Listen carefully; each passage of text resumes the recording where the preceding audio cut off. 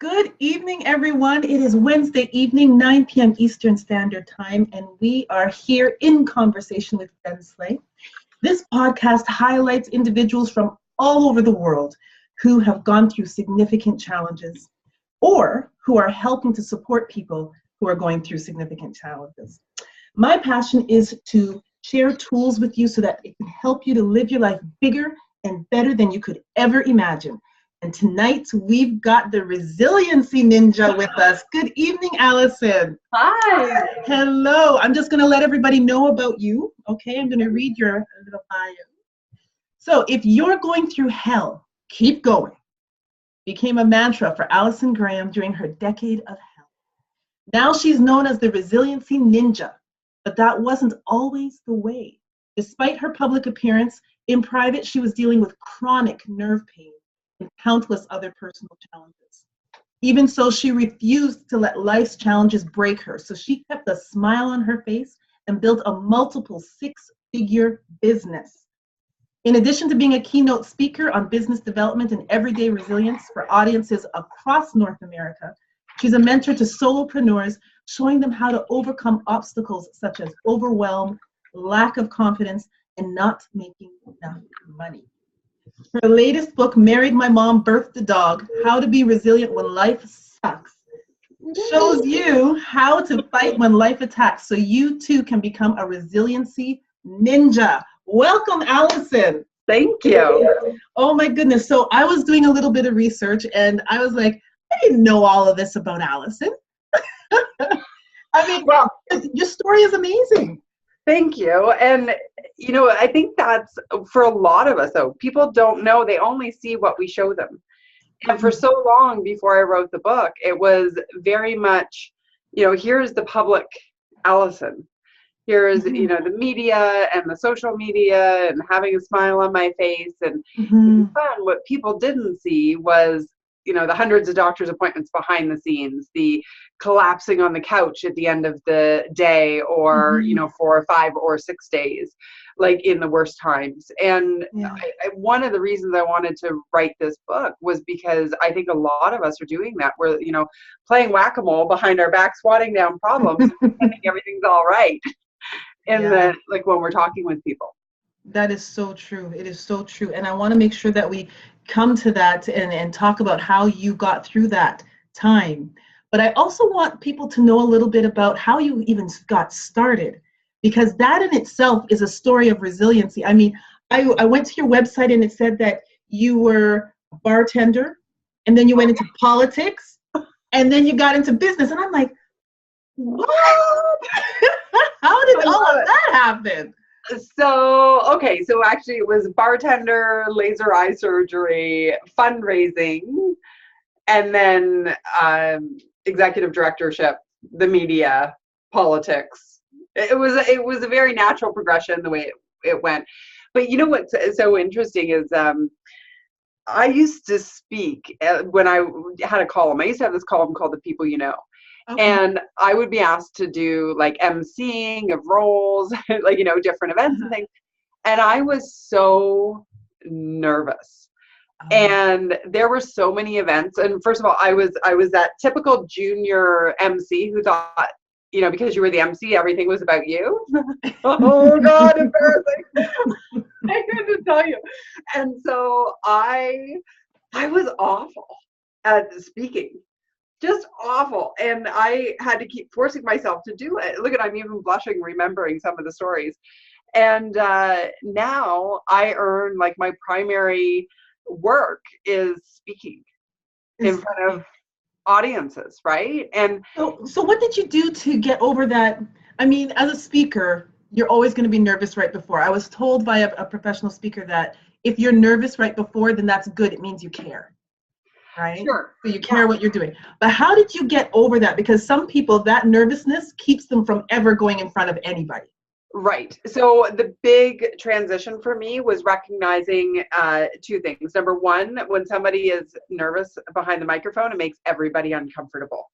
So it's better to hold your breath and just kind of, that when we were kids and, you had a nightmare and it's like 1, 2, 3, go, like, and you had to go run to your mom and dad's room. Uh-huh. And so there was that. But the other more important thing was that I started to prepare, number one. So I knew exactly what I was trying to say up there. Mm-hmm. But I completely shifted my perspective. And I recognized that when I'm on a stage and I'm in front of an audience, it has nothing to do with me. I'm the conduit for the message. Mm-hmm. And it's about the one person in the audience who needs to hear something that I'm about to say. Or, when I was emceeing, it was about shining the light on the person who was the keynote speaker. Mm-hmm. And when I shifted and I cared more about the audience than I did about me embarrassing myself, because that's the reason we don't like speaking. Yeah. Right? Is because I'm going to do something wrong. I'm going to say something dumb. Oh my gosh, I can't believe I said that. Mm-hmm. That's what happened. But I should also tell you a cute story that I had to figure it out, because I was at a golf tournament. I said a few words to thank one of the banks. I was a blithering blah, blah, blah, blah, blah. Did not need to speak, but I did. And I was so embarrassed. And I called my mom and dad. And it was quite late at night by the time I left the golf tournament. And I was like, oh my gosh, I made a fool out of myself, and I embarrassed myself. And I could just see, because I was telling my dad, and my mom could hear, and I could just see her grabbing the phone from him and saying, well, then stop going behind the microphone. Like, if you keep embarrassing yourself, just stop doing it. Oh my gosh. And when your mom has to give you that tough love, you got to figure out how to fix it. Got to figure it out. Yeah. Figure it out. Yeah. Yeah.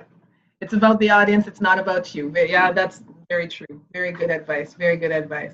So when you, did you have to figure out some skills? Like, did you do a Toastmasters type of thing, or did you have a speech coach? Like, what did you do to really hone in on your skills? I didn't do Toastmasters, although I know that is really helpful for a lot of people to get over their fear of speaking and just really getting their comfort level. Mm-hmm. I did a lot of work in the background. Like, I remember the very first speech that I nailed, like, that was fantastic. Mm-hmm. And that feeling. So I try to come back to that feeling of, to ground me.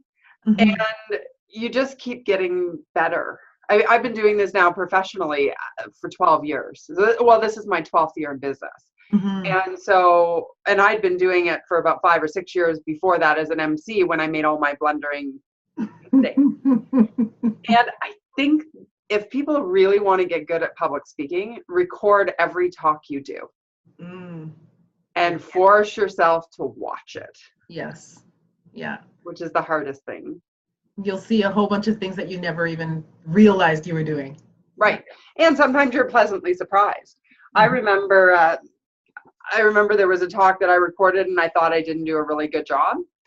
And so I procrastinated for months watching it. And then I finally watched it and I was like, oh, that was pretty good. I don't know what I was worried about. Now, you have a big goal with regards to your speaking this year. I do, 80 and 18. So what is 80 and 18? I would like to share with 80 audiences this year. And so, my primary work is paid speaking gigs. I go into companies, I do firm retreats or sales conferences. A lot of women in leadership conferences have been coming up, and entrepreneur tech conferences as well. So that's where I love sharing with audiences and just letting them, sharing this message of resiliency in every day in our life and our businesses and how important it is. And so that's, one of my strengths. My strength is not sitting behind a computer for hours on end, unless I'm writing something, but the other stuff is not my strength. So I want to be out on stages and helping people. 80 and 18. 80 and 18. 80 and 18. Is that 80 audiences in 18 months? Is that what that is? No, year 2018. 2000. Oh, okay. Yeah, got it. 80 and 18. 80 and 18. Awesome. So you're known as the resiliency ninja, right? Can you tell us a little bit about your story of resiliency, because you've gone through quite a bit in your life? I did, and I'm telling my story to help other people become resiliency ninjas. So, what happened with me is it really started, I call it my decade of hell. where my resilience was tested Okay. over and over and over and over again. And it began when my dad died. And that's a very normal part of life, to lose a parent. And I was not equipped with the tools to grieve and to really be able to move forward from that. So I was already not in a good place. Okay. Then I went in for a surgery that I'd had before, and it was a simple cyst. Should have been no big deal. And it turned out to be a big deal. And the surgeon, cut, pulled, and he damaged my 2 main pelvic nerves. And so I remember waking up from that surgery, and it was like a serrated edged knife in my, body, just like twisting and twisting and twisting. Like that was the feeling. And I had no idea that was never going away. Right? Oh, wow. Like it was just, that was my new reality. So I powered through, and that used to be my old mantra. You can power through anything. And I hope we get to talk about that, because I don't think powering through is always the answer. Okay. But I had 5 surgeries to try to fix the first. Another one with a hint of a complication. And there were a whole bunch of different things that happened there. And then pain doctors and procedures and, ketamine infusions and spinal cord things. And, because the beautiful thing about the doctors, who are incredible, because they really do want to help, is that when something goes wrong, they want to, their job is do no harm, right? And so when they see a patient who is not blaming anybody, just trying to do the best they can and move forward and find an answer, they do their best to help. So I had some amazing doctors who kept trying new things and new procedures and really trying to help. And so anyway, that was difficult. Then I had a series of, once the surgeries were done, I had a bunch of people in my life who passed away very suddenly. And that was difficult, just because, again, you're not having the tools to grieve and really absorb, and I'm on all this physical pain. Yeah. And then I had 8 major injuries. So like breaks. So I had 3 wrist breaks, the knee, the toe, the list goes, the nose, and then surgeries for the nose. And it sounds ridiculous, but only one of them was my fault. Like everything else just came at me. Oh my goodness. And so it sounds like a sob story. And it's not. You're going through all of that and still functioning. Well, functioning to run a company and to serve my clients. But here's the thing that happens, and anybody who's ever had chronic pain will identify with this, or if you've ever gone through a tough time in your life, it's a domino. So you're in pain. So then Friday night comes and your friends are going out and you're like, I can't do it. So you cancel last minute because you have the best of intentions, and you cancel it. Then they stop inviting you. Then you've got isolation. Then as you get isolated, what do you do? My technique was either I was on or I was off. And so I would numb out in front of the TV and just become mindlessly numb and, try to just get through the pain. Right. And ignore the hurt, like the emotional piece of that. So then all of a sudden, you're numbing out, then you're dealing with depression, and then you're, like having to deal with that, and then you're not taking care of the rest of your body because you're in all this pain and you don't feel like it, and then you're not eating right. And so it really, I think when people are going through a tough time, it's, one of the things I talk about is separating what's a stress, what's an obstacle, what's an adversity. Because an adversity can very easily, if you don't keep it in that box and still keep taking care of everything else that you still have control over, can create a whole bunch of stress and a whole bunch of new obstacles that then it just becomes overwhelming. And that's why people give up. Yeah. That's why they become victims. Yeah. So what did you do to keep going? Well, I hit rock bottom, first of all. Okay.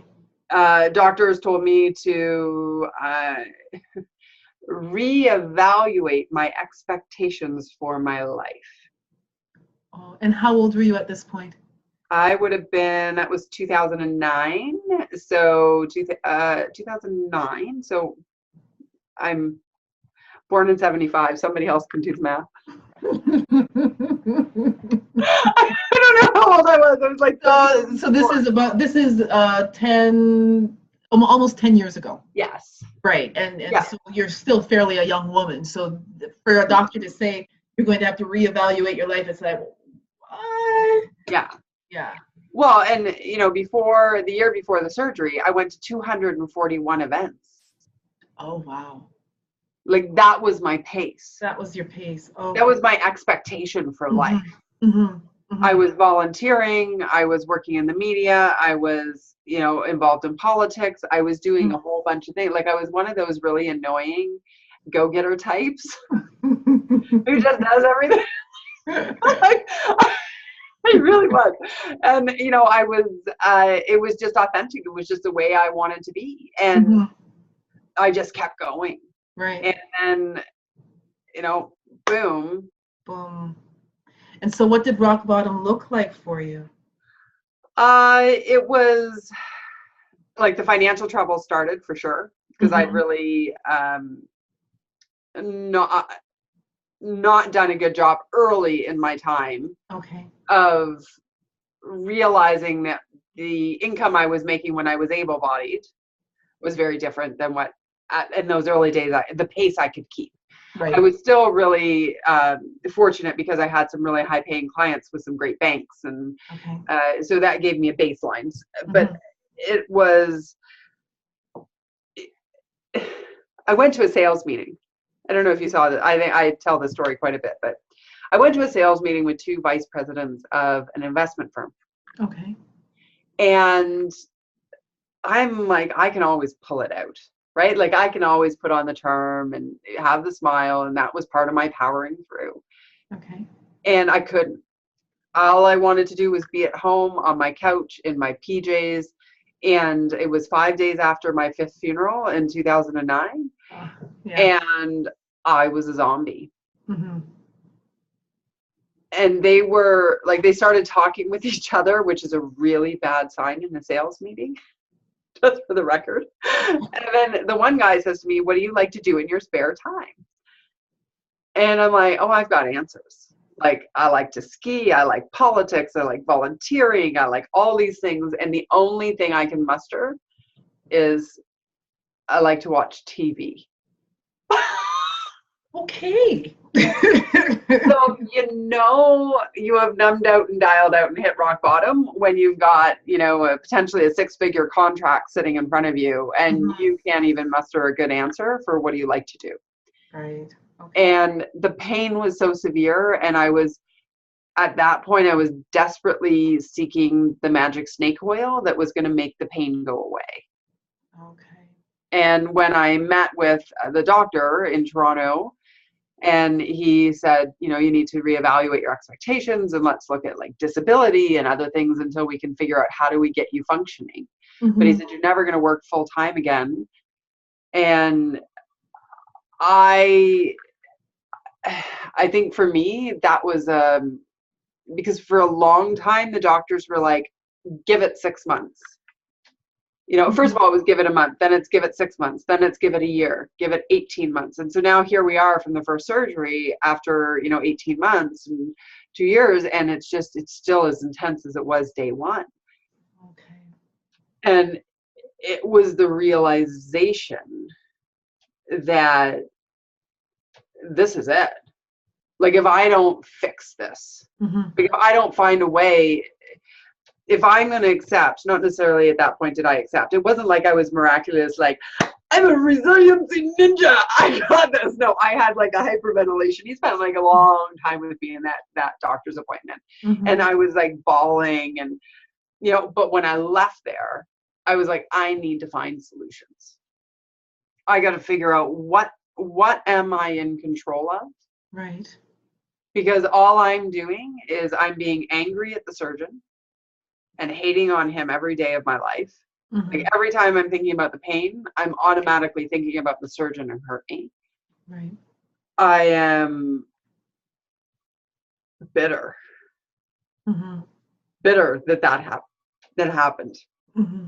And it robbed me of such a, an important time in a woman's life, right? If like I wanted to have kids, I wanted to meet Mr. Right. And like, here I am just trying to survive and keep up appearances. And I think that was hard. Yeah. And so from that place of bottom, how did you get to where you are now? What did you do? Well, I did what any grown independent woman would do. I called my mom. And I said, Mom, you've got all this stuff going on in your life. And what if you were to leave all that and come and hang out with me? Where was your mom? Did you guys live in the same city? No. We lived an hour and about 15 minutes apart. Okay. So she was retired teacher, and she's always been involved with my writing. Like whenever I worked in the media and wrote a column, she's edited everything I've ever put out, right? Okay. So she was involved in my life in a day-to-day manner anyway from a distance. Mm-hmm. It was just, what if you came here and lived here, and by the way, then you could drive me. Were you not able to drive?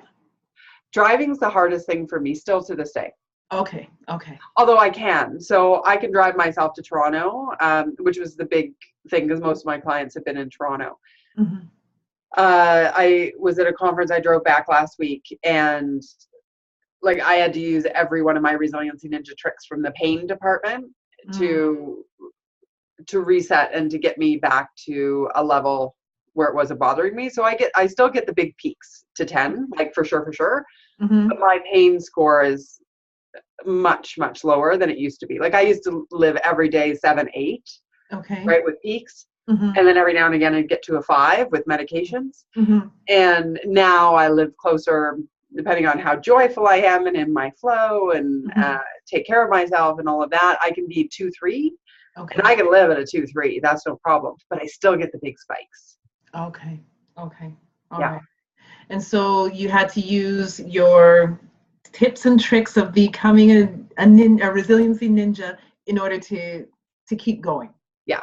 But you came out of that meeting with your doctor basically saying, I have to find a solution. Yes. Yeah. And the thing is that I was desperately searching for an answer, and all I was ever getting were cliches. Like what? Can you give us an example? Oh, I can give you lots. Time will heal all wounds. Oh. No, it won't. Oh, gosh. And when you're going through stuff, it's like, I don't want to hear that. Yeah. And right now I need time to go faster then, right? That's not good. Mm-hmm. Just get over it. I remember I was at a hockey game because I always tried to go out and have fun. I still was me, just even though I had this pain. So I'm in a hockey game and I'm like, I can't sit. It's we're into the first period. I'm like, I just can't sit. Right. And I say to my friend, hey, listen, I'm just going to go up because I don't like to make a big deal of it. I'm going to go and stand and watch the game from the back. Mm-hmm. And she's like, what are you talking about? What? And I said, no, my pain is spiked and I got to get up. She goes, take an Advil. And I'm like, Advil's not going to help this. But and part of the thing is a pain patient, you're always craving validation, I think. And I'm not now, but I know a lot of pain patients who that was a big thing for me to recognize, is that in that instance, it's you don't understand the severity of my pain instinct kicks in. Mm-hmm. And the truth is, nobody's going to understand your pain because your pain is your pain. Right.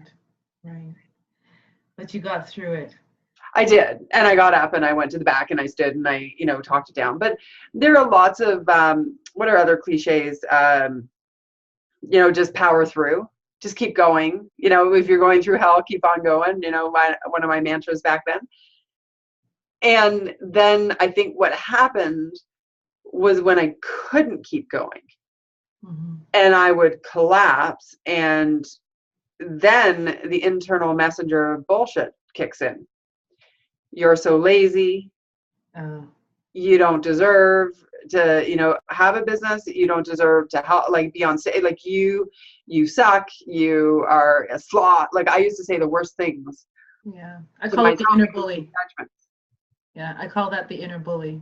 Yeah, absolutely. Yeah. Yeah. And so, in order to be able to get through all those things, basically you had to use certain strategies, and those strategies are what you go into businesses and talk about in terms of becoming resilient.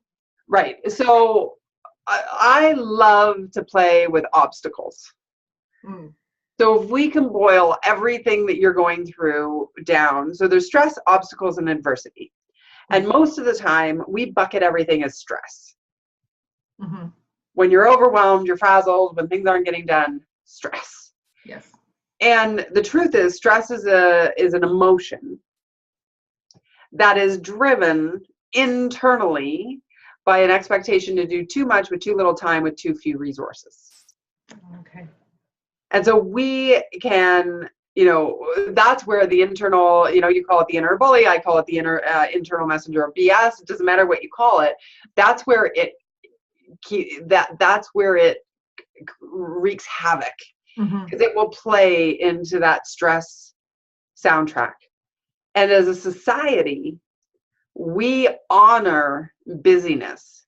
We honor being stressed out. Yes. Like, could you imagine if you said to somebody, how are you? And they say, oh, you must be so busy. And you're like, no, totally in control of my schedule. Everything's fine. It would be so awkward. I do it all the time, by the way, just for fun. People are like, oh, you're so busy. I'm like, actually, no. But, you know, we tell ourselves these stories and we get all stressed out. And then on the other side is the adversity. So that's a catastrophic external event that's been forced on you that will forever change the way that you know your life to exist. Okay.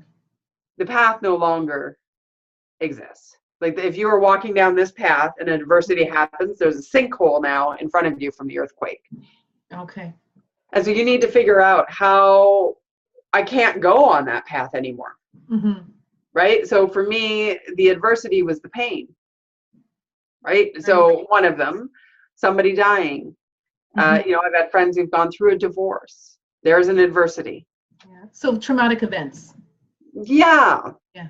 Things that will just, here's the thing. You know what? You know it's an adversity when somebody says to you, you know, your first day back after X happened at work, and they say, Jenna, how are you doing?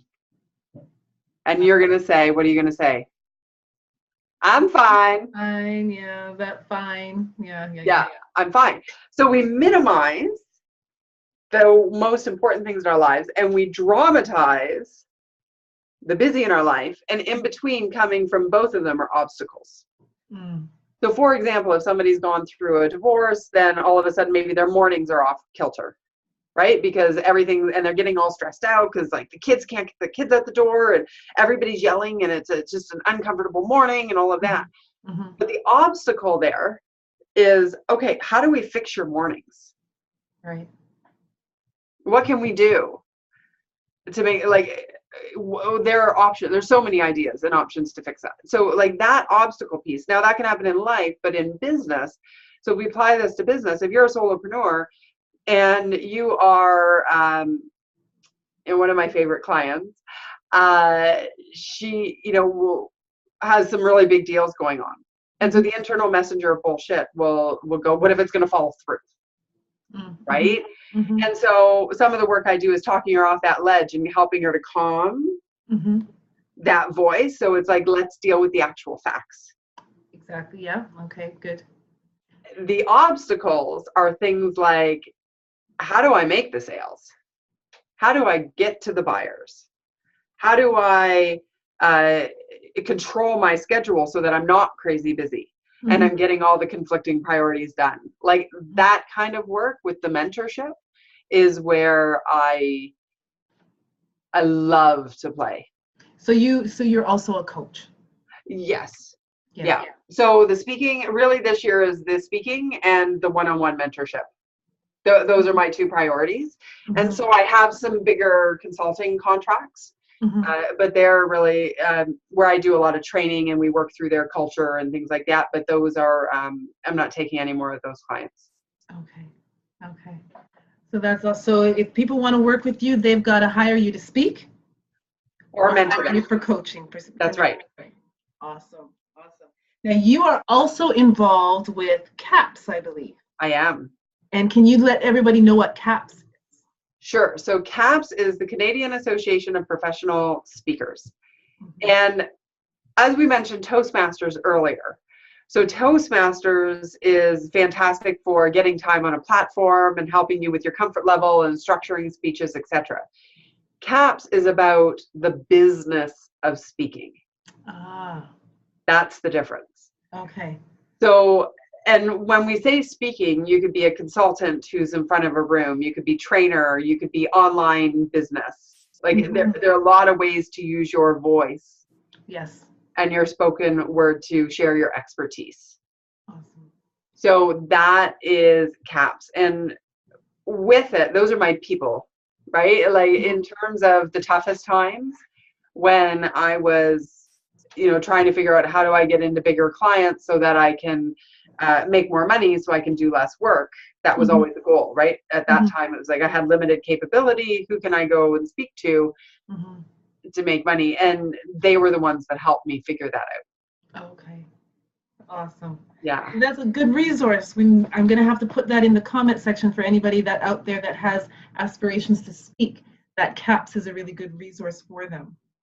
Absolutely. And in terms of bouncing back from obstacles, right, and becoming a resiliency ninja, people need to contact you for their speaking engagements as well as one-on-one mentorship. Yes. Yes. Please. Okay. And you can find me at r-ninja.com. Because it turns out that myself included, people have trouble spelling resiliency. So when I do it so quickly, I always put in an extra I. And I'm like, when I'm messing this up, other people must. And then I said it to a few other people, and they're like, oh, I always spell it wrong. So anyway, so r-ninja. R-ninja. I'm putting it in the comment section here. r-ninja.com? Yes. .com. Okay. Putting that in there so people can find you. Awesome. Now, there was something else that you wanted to talk about. You had mentioned it earlier. I think it was about the you had said that when people say things like power through. Right. So powering through is not always the answer, because often what we're doing is ignoring the very thing that we need to do most that will help us get more internal power, be able to power through. And so taking the break without the judgment was probably the hardest thing for me. Yeah. So I would get so far to the extreme where I just keep going, and then I'd collapse. Yeah. And then when you collapse, then I'd be, it's that domino effect, right? Like you're angry to the people who are closest to you, you're rude, like we take it out on them, right? Because we're in pain and they can't understand our pain. And then, it just keeps going. So I think powering through, bouncing back is another one, because we use that in our phraseology. All of us do. We'll bounce back. And when it's an adversity, and even sometimes when it's an obstacle, you can't bounce back because there is no back. So it's like you're bouncing forward or going somewhere else, but you can't go back. Right. Gotcha. Yeah, because going back would not solve the problem anyway. I like that. That's good. That is really good. So there's a lot of people out there, I know because I see it posted on Facebook all the time, going through chronic illness, right? And that can be so difficult for people. And a lot of people, they end up experiencing periods of depression because of it. Yes. What would be some advice or some resources that you would say helped you to get through and go through the chronic pain that you feel? Right. So First of all, I made friends with my pain. Okay. Tell me about that. What does that mean? That is a hard place to get to, and it's a beautiful place to get to. Mm. Because when it's chronic and it's for the next 3 years, 2 years, 5 years, lifetime, not going to go away, our instinct is always, like I said earlier, like I was looking for the magic snake oil to take it away. Mm-hmm. And with that was this collision of resentment and hatred and all of that directed towards my pain. Mm. And when we're feeling those horrible negative emotions and we're harboring them, our pain actually escalates. It gets bigger. It does. Yeah. And so instead of being like, word not appropriate for Facebook Live, and yelling at it, because it always, like, pain to me feels like an entity in a way, right? Like it's like, there it is. So I call it like little Mr. Grumpy Smurf, and I'm like, oh, there you are. Like that was a conversation, and I know it sounds ridiculous. I don't like to talk to myself, but because the thing is, you've got to understand what's happening with pain. The brain is signaling like danger, danger, danger. Right. And the body is not in any immediate new danger. Mm-hmm. The body's in the same danger. Right. And here I am. I think what it was a big realization for me is, here I am. I've lived this pain, and yet I still exist. Mm-hmm. And so when we catastrophize, saying it right? Catastrophize? Catastrophize. Mm-hmm. And dramatize all the story around the pain, or whatever illness or break or whatever it could be, then we can't make friends with it. Okay. We can't minimize it. And so I looked at it very objectively. And I would be, so for example, coming home on the 401, the conversation I had with myself as I peaked, because when you're on the highway, there's nowhere to go, right? Like you've got to stay safe and you've got to keep going. And so I was like, oh, there you are, Mr. Grumpy Smurf. And I know that sounds ridiculous, but it was like, it's a really fun thing, because that shifts the brain into a fun, playful mode instead of, oh my God, I'm in so much pain. I can't believe it. What am I going to do? Oh my God, how am I getting off this highway? Because that's where the body wants to go, right? And then you tense up, and then it gets worse. Yeah. Yeah. And so then it was the conversation. Then I'm like, you know what? You've been here before. You're going to get through it. There's nothing like, so then you start talking your brain down on the pain. Mm-hmm. It's like, there's no knife in you right now that's stabbing you with you. And I know it feels that way, but right now there is nothing there that you need to protect me from. Right. And so then I, breathe through it in a very different way than people tell you just to breathe, which is not one of those cliches that drives me crazy. Just breathe. Breathe. Do I not look like my vital signs are alive? I'm breathing. So I think for me, that was that's how I deal with it. Okay. Now what are we at? We're at 11 years outside of the surgery. Yeah. 11 years of the same pain. You start to get almost used to it. Yeah. And people will say to me, well, oh, you're not, you don't look like you're in pain. And I'm like, you would not believe the conversations I've had with people who you would never know they're in pain. And they have figured out how to not wear, the pain body snatchers out in the public, right? Like there are two people. There are the people who look like they're in pain and the people who don't. Right. So you become friends with the pain. Become friends with the pain. Become friends with the pain. And lose the need to be validated in the pain. So a friend of mine who has nerve pain, so chronic regional pain syndrome in his nerve. So same sensation as I have, I assume, with the nerve pain in his jaw. And so he and I talk a lot about pain And he was really upset. And he's like, but Allie, they don't understand. And he was really angry. He's like, they don't understand how much pain I'm in. If they knew how much pain I was in, they would not expect so much from me. Right? Like with his family and everything. And I said, but the thing is, they're never going to understand what you feel. Right. And he's like, but they need to. They're never going to get it. I'm like, they are never going to understand what you feel. Because we all have our own 10. Right? And like, I've broken all these different pieces in my body, and I've, torn the ligament on my my MCL, the knee joint, and that pain, that's another 10. It's a different 10, but it's another 10, right? Coming out of surgery after a huge nose surgery, that was a 10, but a different 10. Right. And so for me, that's a real realization that we all, even within our own body, we experience pain very differently. And so that need to validate it from other people, somehow you got to let that go, because they're never going to get it. And then you can let the pain go yourself and deal with it, because it's an internal issue that needs to be dealt with.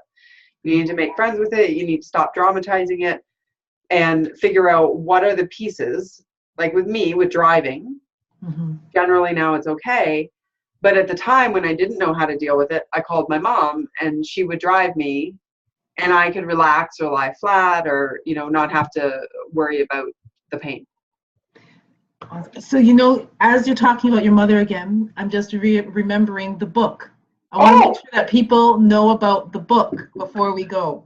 And if anybody has any questions, please put your questions in the comment box. I'm hoping that I'm able to see them so that I can make sure to ask Allison while we're on live. So go ahead, Allison. Awesome. So the book is called Married My Mom, Birthed Dog. But what really matters, so that's my story. But what matters is the how to be resilient when life sucks. And so the whole premise of the book is it's founded in my story, for sure. So I share a little thing, and then I share the lesson that I learned, like the knowledge and wisdom that has come from the people who I've, learned, my own experience, whatever it is. And then there are coaching questions and summaries at the back. For the Resiliency Ninja at the end of every chapter. Nice. So it's really bite-sized pieces. And the Resiliency Ninja formula, when I'm not feeling joyful and when I'm not in my zone and in the flow, I come back to the Resiliency Ninja formula. So I think, okay, what is it that I need to tweak right now? Is it my self-awareness? Do I have to be aware of something, what's triggering me? I'll dig into something like that. Is it my strength? Is my heart, my mental, is my, internal messenger BS off? Is, physically, am I not taking care of myself? Where is that? And my resourcefulness. So those are the 3 elements of the Resiliency Ninja formula. And of course, I explain that in depth in the book, which I did to help people who are going through tough times. See? Awesome. And where can they get the book? Choose your favorite retailer. It's out there. So Amazon, whatever other ones, Indigo, Barnes and Nobles, Nook, iTunes. It's there. So it's available for people to order. And by all means, say hi to me if you read it. Let me know. I've got some beautiful notes from people that, make it worthwhile sharing your story, because it's I got a smile on my face, and it's not always that easy to share your story and the tough times that you went through, and because I'm on the other side of it, it can be hard. But the book is I go back to the shitty times. Okay. And I am a firm believer that people relate to others through stories. Yeah. That's it. I mean, we can tell people, we can give people formulas and everything, and they might retain some of it, but they'll always remember the story, right? Yeah. They'll connect to the story. Allison, thank you so much for coming on tonight. If there are any questions, then I will make sure to pass them on to Allison so that she is able to respond to them. If you want to get a hold of Allison, you can go to r-ninja.com. You got it. Okay, Yep. r-ninja.com, and you can, I'm sure there's a comment section in there where they can send you direct messages. Yes, absolutely. I've got a chat on my thing now as of yesterday. Oh, On my website. Yeah. awesome. And you know what? We're a great community here. Make sure that you help Allison with her goal, 80 in 18. So she wants 80 speaking engagements in the year 2018. She comes to businesses. Well, actually, you tell us, where are some of the places that would be good to hire you? Women leadership conferences for sure. Entrepreneurship conferences. Like I do work with a lot of tech companies, which I love, and the mentoring and stuff with that. Where else? You know, I'm working with everyone from the banks to you know, a women's group that's having a big conference or a tech conference. Okay, awesome, Yeah. awesome. Okay, so r-ninja.com. You can check Allison out there. And what is your website, Allison? That is the website, r-ninja.com. That is the website. Of course it is. I was thinking of an email. That's okay. all right. We're good. You can get everything you need to know about Allison. You go to r-ninja.com. Absolutely. Thank you so much, Allison, for coming on tonight and for helping to support people as they go through some of the difficult times, whether it is a tragedy, whether it is through a chronic illness, whatever it is, and how to go forward in it. I was going to say bounce back. And I was like, no, I'm going to catch myself there. Bounce forward. Bounce forward. That's right. To move past whatever it is that you're going through, or accept it. Absolutely. Accept it to be able to move forward. Again, thank you for coming on tonight. We appreciate you. And thank you for having the platform and everything that you're doing. I think this is phenomenal. The whole In Conversation videos, they're great. So thank you. Oh, thank you so much. Okay. Have a great night. Good night, everyone. And we will see you next week. Valentine's Day. Oh, exciting. Okay. Good night. Thank you, Allison. Thank you. Good night.